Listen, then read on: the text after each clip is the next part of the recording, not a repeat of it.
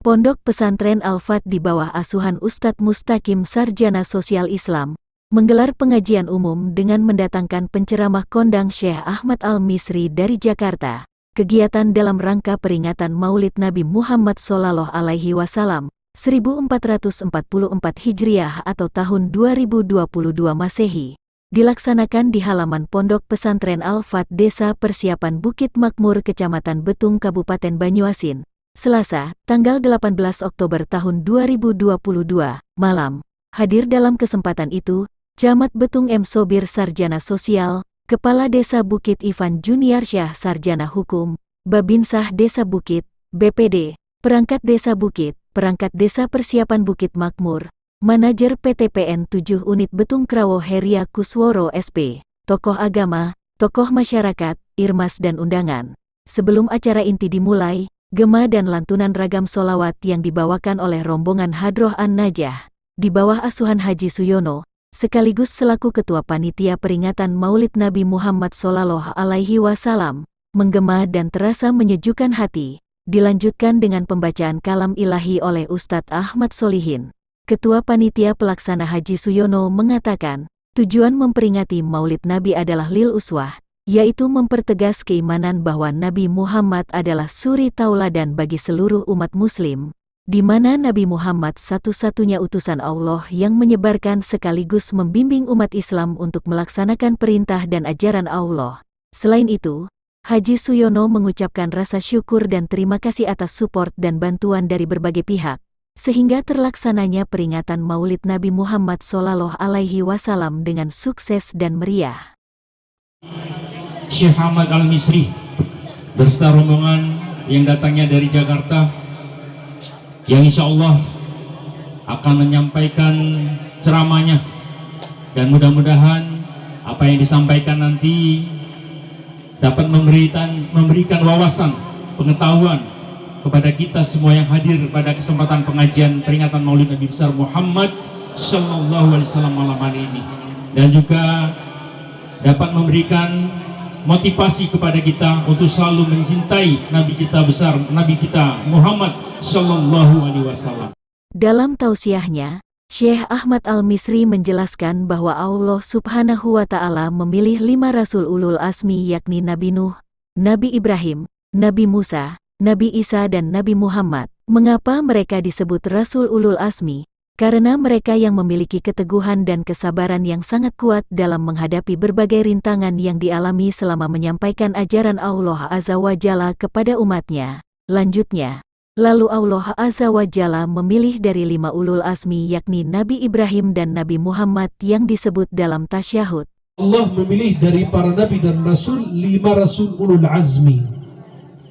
Sesuai urutannya Nabi Nuh, Nabi Ibrahim, Nabi Musa, Nabi Isa, dan Nabi Muhammad. Ini 5 manusia lebih mulia dari manusia lain. Karena mereka disebut ulul azmi, karena mereka menghadapi banyak tantangan dari umatnya, dari kaumnya masing-masing. Nabi Nuh 950 tahun beliau berdakwah. Dalam pendapat ulama tafsir yang ikut naik kapal bersama Nabi Nuh, paling sedikit yang naik 7 orang.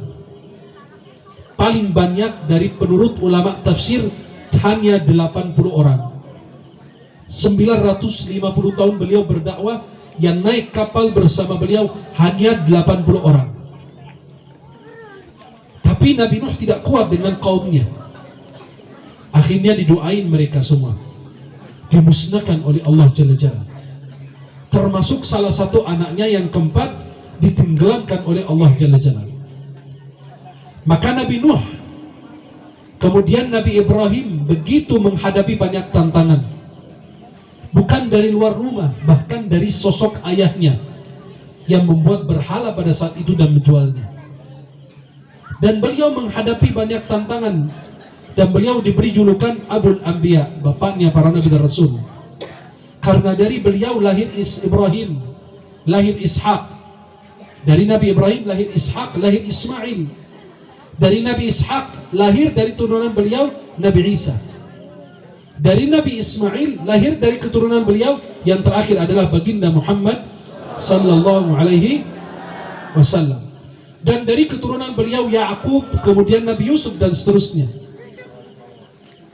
Maka Nabi Nuh, Nabi Ibrahim, Nabi Musa.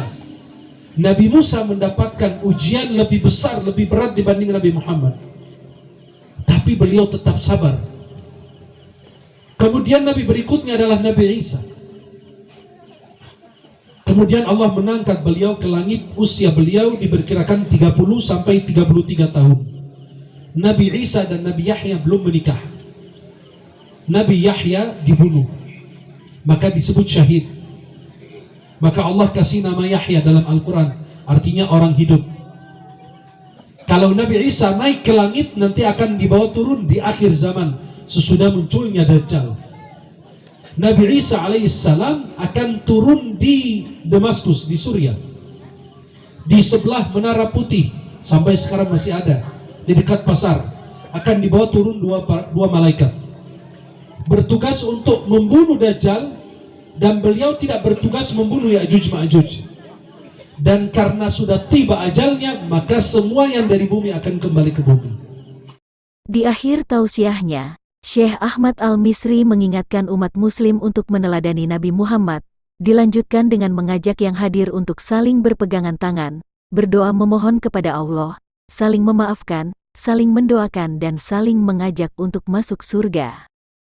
Suryadi Liputan Sumatera TV dari Banyuasin melaporkan.